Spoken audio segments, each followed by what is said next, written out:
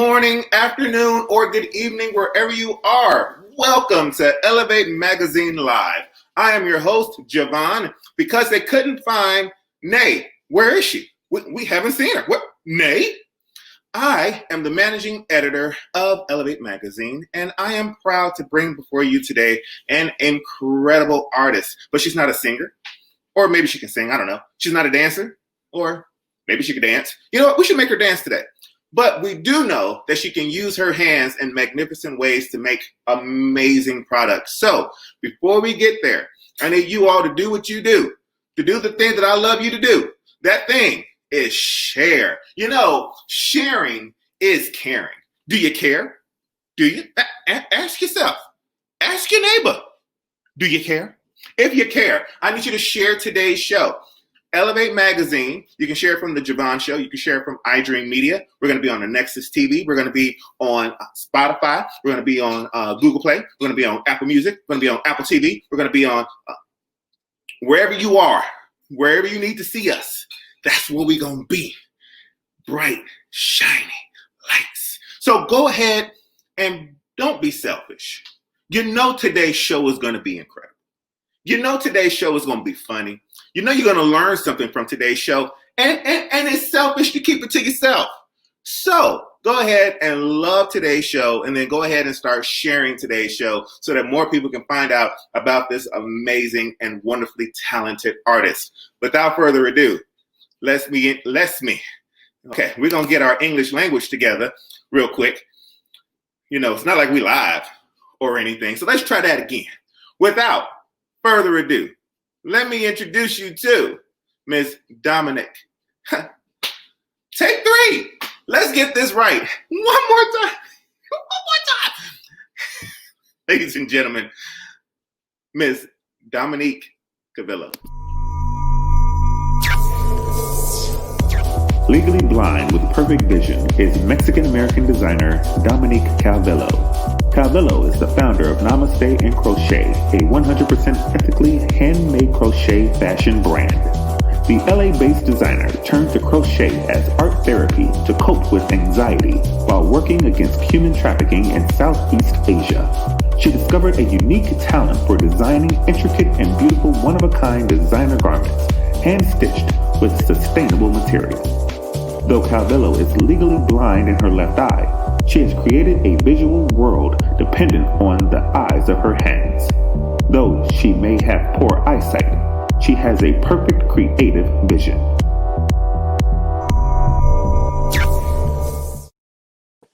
And here she is, Miss Dominique Calvillo, or as I said in the video, Cavallo, Cabolo, and Cabulo.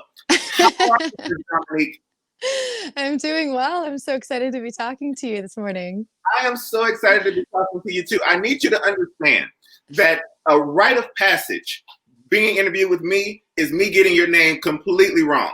Great. So, welcome to that part of the interview. Everyone usually does that to my name, so you're perfect. So Dominique Calvillo, I said it right in our pre-meeting or whatever, Calvillo. Yeah, well, it's Calvillo because the double L's are a Y sound in Spanish. Yeah. Dominique Calvillo.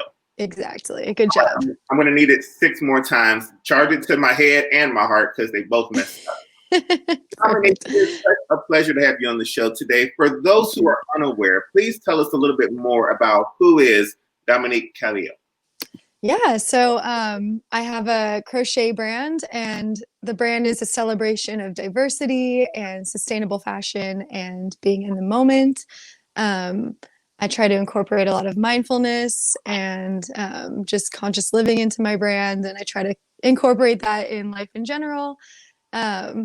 And yeah, I just feel super blessed to be able to do something that I love every day and to talk to amazing people like you. I live in Pasadena, California. I have 3 pet chickens. Trying to think of like more fun facts about me. Well, you got me at 3 pet chickens. So are they 3 pet chickens that are going to be pet up until Thanksgiving? Or why do we have 3 pet chickens, Dominique? I know, right? Yeah, I got pet chickens over the pandemic. And I'm just trying to get like reconnected to the earth. It was just like, I don't know, it just felt right. It felt like the next step in my like hippie trajectory. And in like January they'll start laying eggs, and no, I won't be having them for Thanksgiving. So just Good. take a deep breath of relief for that.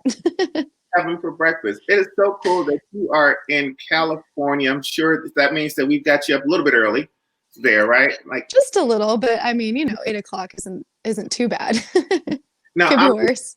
I'm reminded that you're going to be in the Fall for Fashion edition of Elevate Magazine. So congratulations on that. Thank you so much. We're so excited to have you part of our edition. Now, I want to get into your backstory a little bit. So take me back to your kid, and you're sitting there going, okay, I'm 8 years old. I want to crochet for a life of living. What happened in your progress of being a kid? What was your dreams then, and how did you dive into your dreams as they are now? Amazing question. I was actually laughing because in your intro you were like, "Is she a singer? Is she a dancer?" And actually, I was a singer. So I grew up singing with my two sisters, and we actually got like signed to a major record deal when we were like pretty young. And I was just like all up in the music industry like my whole life, and was a recording artist. And so yeah, that was like my main focus and my main passion like for like the most of my life. And then in my like early 20s I decided to get into doing some like philanthropy work. So I was working in Southeast Asia a lot against human trafficking. And I'd kind of gotten there through my journey with music and styling, and ended up like in these like crazy situations. Like I was a part of the rescue of like a 3-year-old and her 13-year-old sister. And I just saw a lot of like crazy stuff. So I started to suffer a lot from anxiety and depression. And then that's when I really started to like have crochet on my radar. But no, when I was a kid, I was like gonna be a pop star, and I was very much on that path to doing singing professionally. And I still do sing a lot, but yeah, obviously crochet is my full-time vibe. That is so cool, and we're going to dive into a little bit of that singing career in a minute. But I want to get to your crochet since we are talking about the fashion show. Yeah. Who taught you how to crochet? Initially my grandmother, and then my mom taught me when I was little, and I was a part of my grandma's crochet club called the Happy Hookers. I'm sorry, what now? It was called the Happy Hookers, which is hilarious because that grandma was Before you tell me that, how old were you when you were a happy hooker? I was like 6. Thank you. Okay, Yeah. please continue. Yeah. It's so funny because that grandma was like a devout Catholic, like to the point where like she like had 12 kids, like she didn't believe in birth control. She was like super, super Catholic. And then yeah, her crochet club is called the Happy Hookers. That is fantastic. Did your mom ever go like, Grandma, we're not letting my baby be part of the Happy Hookers? I think my mom was a little bit more progressive. She was like, you go ahead, girl. So when she taught you at such a young age, how long did it take you to really develop that fine art with, because clearly I can't crochet. I have zero of crocheting ability. So I would not be a happy hooker. So you'd be a frustrated hooker. I love this show. So, how long did it take you to really master that art of the hooking? Of the hooking. I mean, I think that I kind of got pretty good when I was like younger, but then about 4 years ago, like I said, is when I started to really like, I had anxiety. I just like really needed something else to like focus on. And I really didn't know a ton. And actually, if you break down like all of my dresses and stuff, they really only come down to like 5 stitches. So I really just kind of took what I knew, which was not a lot, and just like really expanded upon that and just tried to do something super different with it. And I think that started to like all really come out about 4 years ago through just like trying to, have an art therapy experience. Yeah. Tell me about the first thing that you made or designed on your own. Do you remember? I do actually. I was just thinking about this. So I actually like I remember making this like little like butterfly blanket when I was little. But if we're talking about like real design, like it like is now translating into my life now, the first thing that I ever made that was a garment was like my most popular wedding dress design, which is like super crazy. Like I don't really know how to like justify that that's the first thing that I made. But I just like took like I think I saw a photo on Pinterest and I kind of like broke down the crochet dress and I was like, I think that I can like make this because it's just these stitches here and then you do this over here. And so I just kind of like went for it and then yeah, the first thing that I made is my Edith dress, which is like my most popular dress. Kind of wild. Nice. Now we actually have a copy. We actually have a picture of the first thing that you ever made, and I would like to bring it up on the screen now. Yeah. Oh, oh. Is Was, that is that my work? Did I do that? was that yours? That wasn't. Nah. Oh, that was mine. That looked like something. That looked like something that I would have made. But in looking at your essence, like Yeah, that's the one. Yeah. that's the one. Yeah. We do our research here, Dominique. You're amazing. Amazing work. So when you get done with something of that magnitude, like what do you say? Are you like, wow, look at me? Um, no. I mean, I think it was kind of like, okay, well maybe I should take pictures of this. And then I like posted the pictures and then people were like, "Oh my God, you made that?" And I was like, "Yeah, I guess." I don't know. It took me so long to like connect what I was doing to fashion. Like until New York Fashion Week called me, did I realize I was a fashion designer. Like they called and I was like, I'm sorry, you are under the impression that I make clothes. And then I was like, yeah, I guess I do that, huh? Huh. So it took me a very long time to like realize what was happening. So We buried the lead a little bit. As mentioned in the intro, you are legally blind in one of your eyes. Was that from yes. birth or? Yes. Yeah. Okay. And Yeah. so as someone's legally blind in the left eye, is that something where it was then because it was from birth that you never saw it as a disability? It's just something that you've always rolled with? Or is there some hampering in what you do based off of that situation? Right. I mean, I think it's a little bit of both. Like, I think it's, you know, it's kind of always frustrating when you're like, I like can't see as well as everybody else. And like, I had to do a lot of eye therapy when I was younger, which was like, I think that's kind of when I started to realize like, oh, maybe I do have like a disability. Um, and I mean, I mean, I don't really know another way, so I don't really have anything to compare it to, but I guess it is kind of like frustrating when I'm like trying to edit a photo and I'm like, this is in focus. And my editor's like, no, it's not.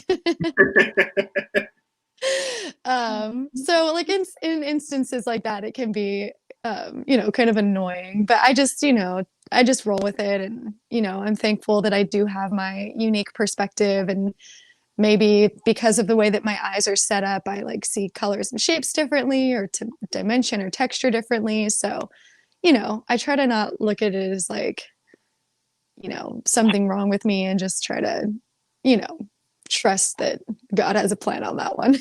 Well, there's definitely nothing wrong with you. Now, I've got a disability. I'm colorblind. So, Oh, wow.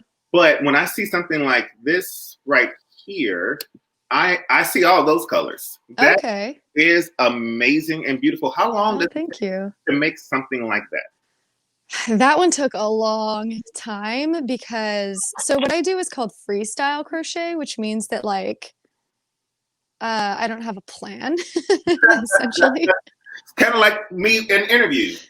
This means Exactly. Yeah, yeah, yeah. It's we just go like where we go. exactly. You're just kind of like playing jazz. You're like, oh, I'm gonna just see where this goes.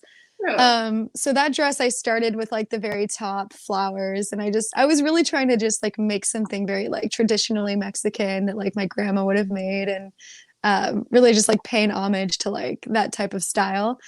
And I just kind of like built on top of it, but it did take a very long time, and I did have to unravel like a lot of it like a few times because I was like, this sucks. I'm taking it apart. So it took me like I think like 6 months to like finally like assemble something that I liked. And when you find something that you like and you create something like that, is there a desire to go back and create it again? Or do you say, you know what, I made that, I'm good, move on to the next It kind of depends on what the intention for the design is. I think with that particular dress, like I don't think that there's a way in hell that I could ever like make it again the same way. one? Uh-huh. So that one, like, it is what it is. It's like a snowflake. It's its own thing. But if someone were to say like, oh, I really want to dress like that, then I could be like, okay, let me like pick this apart. Let me try to like redo this. And I could redo it, but like not the same. Mhm. And then I have my patterns or I have my designs that I turn into patterns, which means like I it's so crazy. And I'm terrible at math. So it's such a joke that this is my life now. Um, but it's like a numeric, like mathematical code of like stitches. So it's like a chart for my stitches. So if I'm making one of those, then I have to be able to make the garment like the same every time. Because I'm like writing out like the chart and the code for it so that somebody else can make the same thing that I've made. So it has to be like super precise. And that was another question I was going to ask you. So I'm 6'4", 200 pounds. Great. Yep. Do you make your clothes specifically for a certain size? Like, is it specifically for you, or do you get started in whatever the size ends up? That's what the size is going to be. That's kind of how I do my initial designs. I kind of like pick like a lace pattern and then I make a garment and I just kind of see what it naturally tends to. And I really like to feature different body shapes in my branding. Um, so really I let the design lead and then, you know, I kind of put it on a model that it fits from there. Mhm. But if I'm making a custom piece, then I, you know, take measurements and I like make it to fit exactly the person that I'm making it for. And then when I go to make my patterns, I am sure to be like size inclusive. So I have like 9 different sizes within that pattern. Now, we were talking about the different sizes, and I wanted to bring up this here as well. So it's very diverse, Yeah. different shapes, different sizes, and things like that. How long would you say total it took to make these 3, 6, 9, 11, 11 dresses? Yeah. So that was kind of a collection of maybe like a year's or 2 years work. Um, and yeah, I guess it took about 2 years to make all of those. And that was my New York Fashion Week runway. So that was kind of like, that one caught me off guard. I was not really expecting to do that. But I think that I made like the dress that I'm wearing, the gold dress, and the dress all the way to the left that's like a 2-piece Mm-hmm. specifically for that show. So I think that that took like a couple months. But yeah, I think I'd been kind of just collecting all of those pieces over the span of like a couple years. And just to verify, all made by hand. Yeah. Yep. I am a grandma. I just sit there and like Wow. You grew up where? I grew up in LA. In LA, and you made it to New York Fashion Week. Was that your Hmm. first time in New York? No, I had gone to New York a couple of times before that, but it was my first time like really spending time there. So it was like, yeah, it was a really cool experience. Nice. When you said that it was kind of funny, like when you got the call from New York Fashion Week, and they're like, "Hey, we want you to come in." You're like, "Hey, I guess I kind of am a designer." Where has that taken you since? Like, what has been your career since New York Fashion Week? Yeah. I mean, I think it's been kind of gradual, but now I'm doing crochet like full time. I'm making custom wedding dresses. I've done a few runways, um, and just like a few different like magazine spots and interview things. And I think that like my whole goal with this whole thing is to like just like kind of like promote different things that I care about because like I didn't really care about like being in the fashion industry. Like I just kind of fell into this space. Mhm. But once I got here, it's like, okay, well, I'm seeing the like lack of diversity. I'm seeing the lack of like body positivity. So yeah. So I mean, I think it's rad that I get to like do this full time and like that's all like I just crochet all day long. But what I'm really trying to say through it is that like you know, we need to change the face of fashion and like what our beauty standards are and how we represent what beauty is. So. And change them to what exactly? And what? What'd you say? And change them into what? Like you said, what do you want? Yeah. I think just you know, a more inclusive place and a place that like different forms of beauty are honored. You know, like I have a little niece that has Down syndrome and you know, it's like where in the media do we see models with like Down syndrome or, you know, people that yeah, I just think that we need to get really creative and way more open with like the ways in which we choose to represent beauty. And it's cool that I'm like in a position where I get to like cast models because it's like I get to kind of call those shots. So I try to take advantage of that a lot. If somebody said, okay, I want to come in and buy all 11 of these dresses, what is our retail value looking at? Are we allowed to share that? Yeah. I mean, truthfully, like, I don't know if I would sell all of those dresses because some of them are just so like, just, I don't know, they just like mean so much to me. I don't know if I could sell them. I could make something similar and sell that. But if I was gonna like sell that whole collection, like, I don't know, because I have to put like my heart price tag on it too. So it might be kind of expensive. I don't know. Let me marinate on that one. Has there been a piece that you sold where you were like, "Oh, I just regret. I just want that back. I wish I got that back." Yeah, there have been a couple of moments like that. And yeah, I think that I'm learning like to not do that.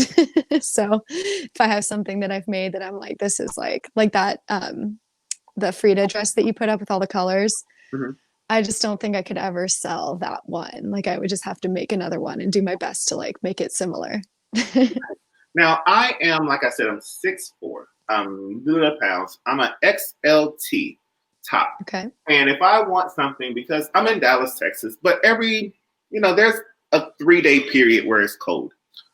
If I said I need Namaste and Crochet to make me something that is just all my personality, how long would it take you? And what would something like that run a brother? Again, putting into account my Elevate magazine discount. Got it. And my friends and family discount on top of the Elevate. Well, I have to ask you, like, what kind of detailing are you looking for? Like, are you wanting something kind of simple like this or combined with this? Oh, okay. Well, I did just make like a top situation for a man. A top situation. It was like a tell us more. Top situation. Actually, I should tell the story because it's super fun. So you've heard of Earth, Wind, and Fire, of course. So their bass player Verdine White is I happened to meet him at like a recording session, and we, got to talking and started to get to know each other. And he was like, "How do you meditate?" And then I like showed him my page. I was like, "Here's how I meditate."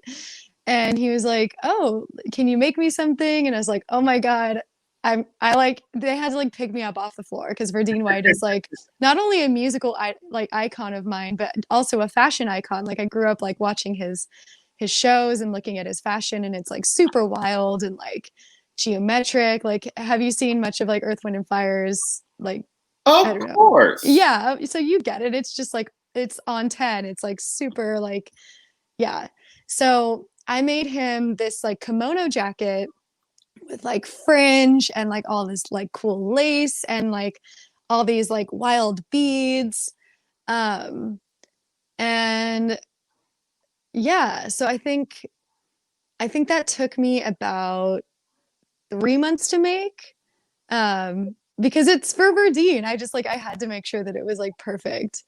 And like over the top enough, but like cool. Like, I don't know. It was really fun. So yeah, I think it would take me about like, I don't know. I would give it like 3 months for me to make you something that was like kind of like those two things combined with your inspiration. I am so excited about this because I want something. I want something Earth, Wind, and Fire-ish. Okay. Hell yeah. I believe Earth, Wind, and Fire is Do You Remember? They sure are.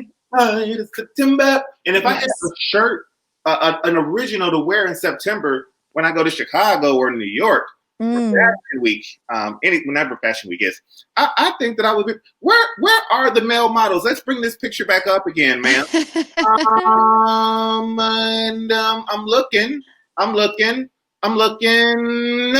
No male models. I know. What's going on with that, ma'am? I know. I did have one male model in one of my last runways, but he wore a dress. So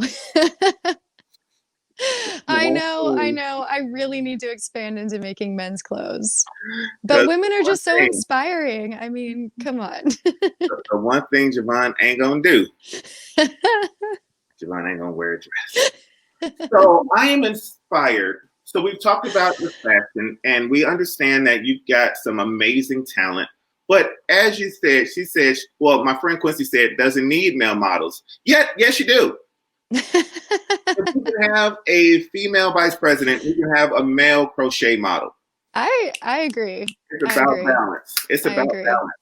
Now, speaking of balance, we didn't talk about this, but it's time for a creative showcase.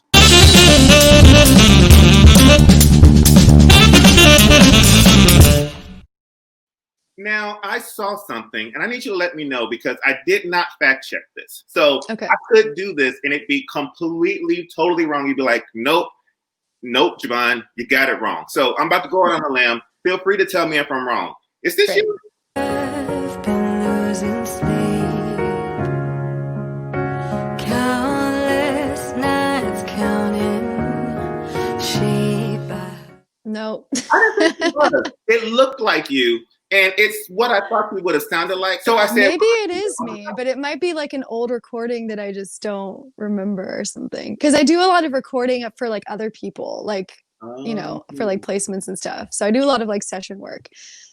Well, so, I'm going to give you a little hint because I wasn't going to bust you out on the show, but that's you. It is? That's you.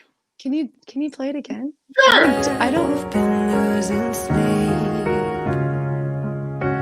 Countless nights counting sheep. I heard that it might help, but it just don't ring a bell. Oh my God. Yeah, that is me.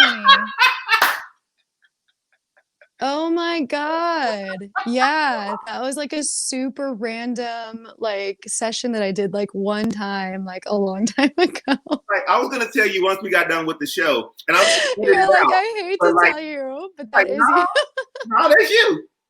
I do my research. I'm dying. But it's okay because you. Oh my God. It's okay though because you get to do something different. I would like for you to share your voice with us today because we are about art and singing and things like that. And I know you're here for fashion, but I want to hear you a little bit. So I know you aren't ready for this. So I'm going to give you a little bit of time to prepare. So what we do is I'm going to sing something first. Great. And I need you to not be intimidated by my voice. I know it's going to be astounding to you. Yeah. I need you to more focus on what you're going to present to the audience and not what I do. Okay? Okay. So, in honor of you being here, and my one of my favorite singers in the world, Selena, I would fall in love with you. Ooh, that note right there. I would fall in love. I would fall in love with you. Woo, sing it, baby. I nailed it. Beautiful. And now, if you don't mind, please share something with our audience. Sure. Yeah. I'll just sing something from my heart then, because you clearly did. Joyful, joyful Lord, we adore thee.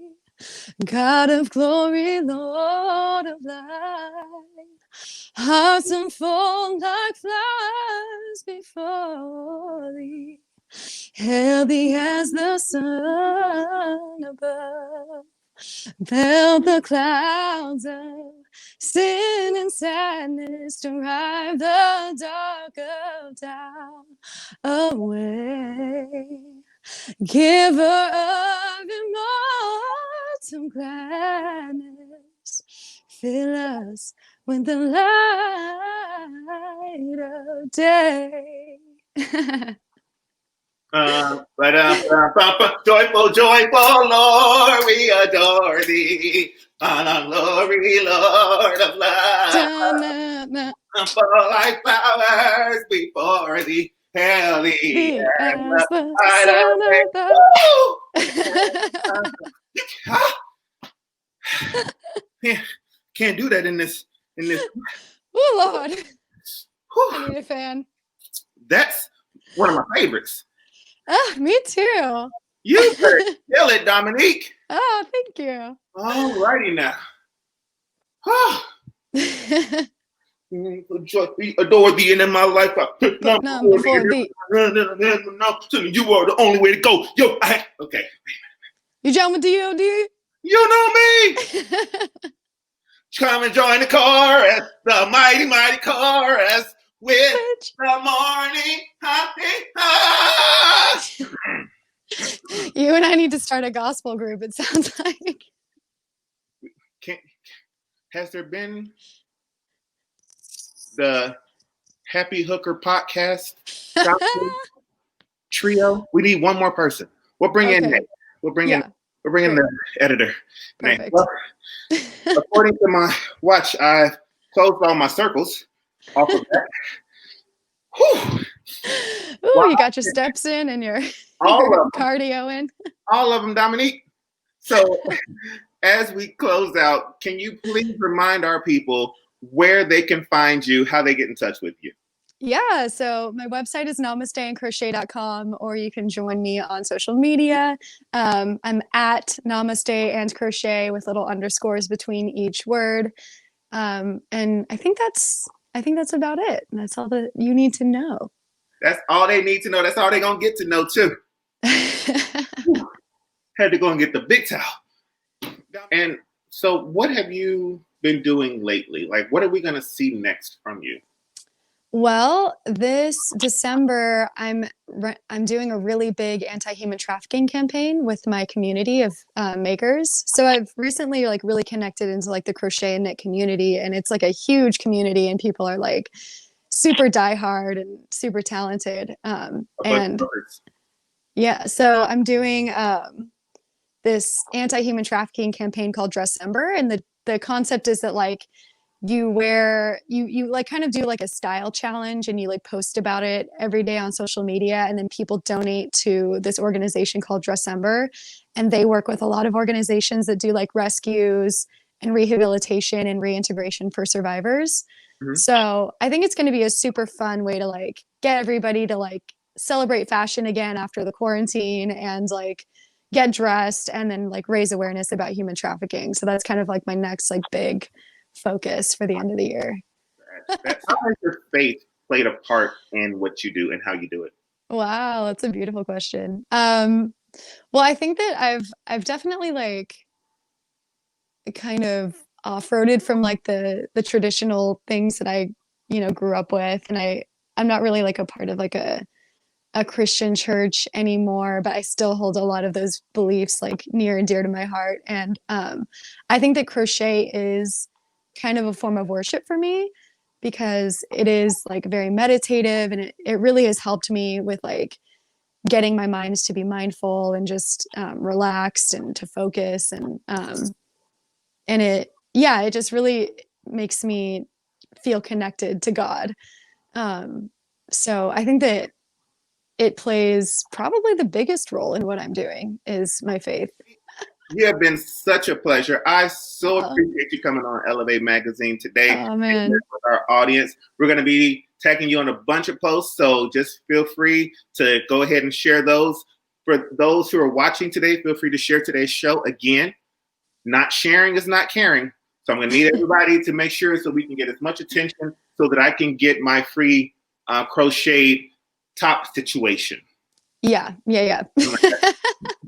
Thank you so much. Thank you so much for having me. It's been so much fun to talk to you. You as well. So on behalf of everybody at Elevate Magazine and our fearless leader, our editor-in-chief, Dr. Nay Thompson, thank you guys so much for listening and watching today. Make sure you take care of yourselves and each other. Bye-bye.